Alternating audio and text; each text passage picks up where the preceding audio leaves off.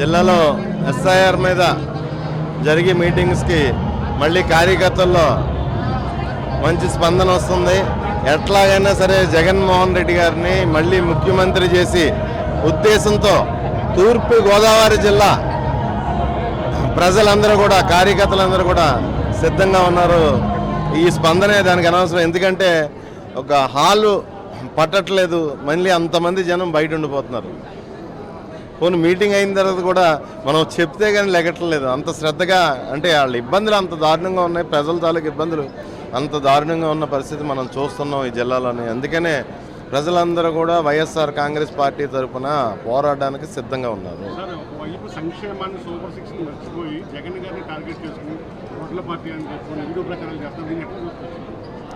నేను ఇప్పటికొచ్చి మన గవర్నమెంట్ పోయిన తర్వాత జగన్ గారు పెట్టిన 10 కొద్ది ప్రెస్ మీట్లకి ఆయన సంధించిన ఒక్క ప్రశ్నకు కూడా ఈ గవర్నమెంట్ సవ్యంగా సమాధానం చెప్పలేదు.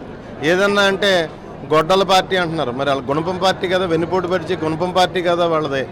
అంటే అలా మాట్లాడాలంటే ఎన్నో చేయొచ్చు. ముఖ్యమంత్రి స్థాయిలో వ్యక్తి కూడా సవ్యంగా సమాధానం చెప్పకుండా అమరావతిలో అవినీతి గురించి ప్రశ్నించిన, ఆరోగ్యశ్రీ గురించి ప్రశ్నించిన, పేదల తాలూకు విద్య గురించి ప్రశ్నించిన, మరి ఈరోజు బ్యాగులు కానీ కిట్లు కూడా ఇవ్వలేని పరిస్థితి ఇంకా కూడా విద్యార్థులకి. అది కూడా వాయిదా వేసుకున్న పరిస్థితి, చేతులు ఎత్తేసిన పరిస్థితి మనకు కనపడుతుంది. విద్య, వైద్యం అన్నింటిలోని కూడా అప్పులు చూస్తే కొండల్లో బేరిపోతున్నాయి. అప్పులు చూస్తే కేంద్ర ప్రభుత్వం వీళ్ళ మీద ఆధారపడి ఉన్నా సరే గ్రాంటులు తేలైన పరిస్థితి. ఆయన సొంత సంపద సృష్టి చూసుకుంటున్నాడు, కానీ ఈ రాష్ట్ర ప్రజలందరినీ కూడా ముంచేస్తున్నాడు ముఖ్యమంత్రి చంద్రబాబు నాయుడు గారు. ఈ ఎస్ఐఆర్ మీద ఒక కాకినాడ రూరల్ నియోజకవర్గాన్ని సమావేశాన్ని నిర్వహించాం. పెద్దలు దాడిశెట్టి రాజా గారు ముఖ్య అతిథిగా విచ్చేశారు, అందరూ వచ్చారు. మేము ఇవాళ అవగాహన కార్యక్రమం పెట్టాం. ఇది రాజకీయ కార్యక్రమం కాదు. అంటే ఏ విధంగా బూత్ లెవెల్ ఏజెంట్లుగా పనిచేయాలి, ఏ విధంగా మా నాయకులందరూ కూడా అప్రమత్తంగా ఉండాలి, మన ఓట్లు పోకుండా చూసుకోవాలి. ఎందుకంటే ఈ ఎలక్షన్ కమిషన్ చాలా రూల్స్ రెగ్యులేషన్స్ ఇచ్చింది కాబట్టి దాని మీద అవగాహన కోసం పెట్టాం. మేము అనుకున్న దానికన్నా చాలా పెద్ద ఎత్తున మా నాయకులందరూ అటెండ్ అయ్యారు. పూర్తిగా సక్సెస్ఫుల్గా నడిచింది. మా నాయకుడు జగన్మోహన్ రెడ్డి ఒకటే చెప్తున్నారు, అర్హత ఉన్న ప్రతి ఒక్కరూ ఓటు వేయడానికి వెళ్ళే ఆస్కారం ఉండాలి. దానికి మనం పార్టీ పరంగా, ఒక రాజకీయ పార్టీ పరంగా మన అభిమానులు కానీ, సానుభూతి పరులు కానీ, పార్టీకి సంబంధించిన మద్దతుదారులు కానీ అందరూ ఓటర్లుగా నమోదయ్యే విధంగా మనం వాళ్ళందరికీ కూడా అవగాహన కల్పించే కార్యక్రమం తీసుకున్నారు. దాని మీద చేస్తున్నాం. రాజకీయాలు మాట్లాడలేదు కావాలనే, ఎందుకంటే చాలా మాట్లాడచ్చు. లోకేష్ గారు మాస్ లీడర్ అనిపించుకుందామని మధ్యన జగన్మోహన్ రెడ్డి గారిని పదే తిడుతున్నాడు. ఇప్పుడు జగన్మోహన్ రెడ్డి గారి స్థాయికి లోకేష్ గారి స్థాయికి మధ్య తేడా మనం చెప్పక్కలేదు, ప్రజలకు తెలుసు. ఇప్పుడు ఒక ఫైటర్ జగన్మోహన్ రెడ్డి గారు ఎన్ని చూసి వచ్చాడు. ఆయన సోనియా గాంధీ లాంటి వాళ్ళనే ఢీకొని వచ్చాడు. ఎప్పుడైనా ఎవరి దగ్గర వంగడం చూసారా? నిటారుగా నిలబడడం తప్పించి ఏ నాయకుడి దగ్గరన్నా ఇలాగ వంగడం చూసారా మీరు? అలాంటి నాయకుడిని పట్టుకుని ఏదేదో పేర్లు పెట్టాను. అసలు మేము పేర్లు పెడితే మీరు రోడ్డు మీద వచ్చి తిరగలుగుతారా? జగన్ గారు అనే నాయకుడు ఇవాళ జనం గుండెల్లో ఉన్న నాయకుడు. ఆయన అప్పుడే రాజా గారు అన్నట్టుగా ఆయన ఎన్ని ప్రెస్ మీట్లు అడిగినా ఒక్కదానికి సమాధానం చెప్పరు.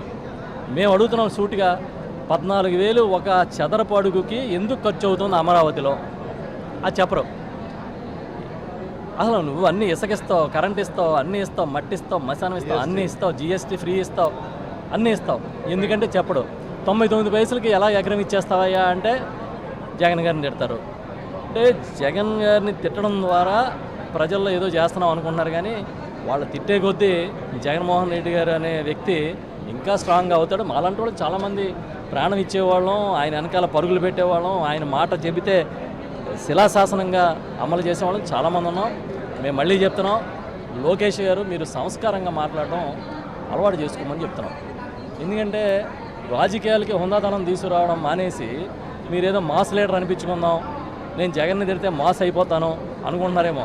మాస్ అయిపోతారో ఏమైపోతారో అనేది మేము ఇప్పుడు చెప్తే బాగోదు, కానీ అదేంటే మాస్ లీడర్గా ఎదగడం అని అంటే పబ్లిక్ని ఆకర్షించడం. జగన్మోహన్ రెడ్డి గారు ఎప్పుడూ కూడా 10 మందిని ఆకర్షించి రాజకీయం చేశారు. మీరు కూడా ఆకర్షించి రాజకీయం చేయండి. ఇవాళ మీరు తెలుగుదేశం పార్టీ అధ్యక్షుడిగా ఉన్నారు, అంతే తప్పించి ఈ రకమైన మాటలు మాట్లాడితే ఎలా? జగన్ గారి మీద ఇవాళ మళ్ళీ లేని ఫ్యాక్షన్ అంటగట్టే కార్యక్రమం చేస్తున్నారు. ఎందుకు ఈ పరిస్థితులు అని అంటే మీకు ప్రజలకి సమాధానం చెప్పే అవకాశం లేక ఎన్నికల ముందు సంపద సృష్టి అన్నారు. ఇప్పుడేమంటున్నారు? సంపద సృష్టి అన్నాను, మీరు పిల్లల్ని కంటే పిల్లలు మీ సంపదే కదా అంటాడు. వాళ్ళ సంపద అంట, వాళ్ళు కష్టపడితే వీళ్ళకి డబ్బులు వస్తాయంట, తల్లిదండ్రులు బతకమని చెప్తున్నాడు. మరి అడిగితేనేమో మమ్మల్ని ఏదో గొడ్ల పార్టీ ఆ పార్టీ అన్నారు. ఎందుకు వచ్చింది? మేము పేర్లు పెడితే మీ పార్టీలు తట్టుకోగలుగుతారా చెప్పండి? మీది తెలుగు వెన్నుపోటు పార్టీ, మీరు గుణపం పెట్టి పొడిసే కార్యక్రమం, గోతులు తీసే కార్యక్రమం అని మేము కూడా చాలా మాటలు మాట్లాడగలుగుతాం కదా. ఎందుకు ఇవన్నీ?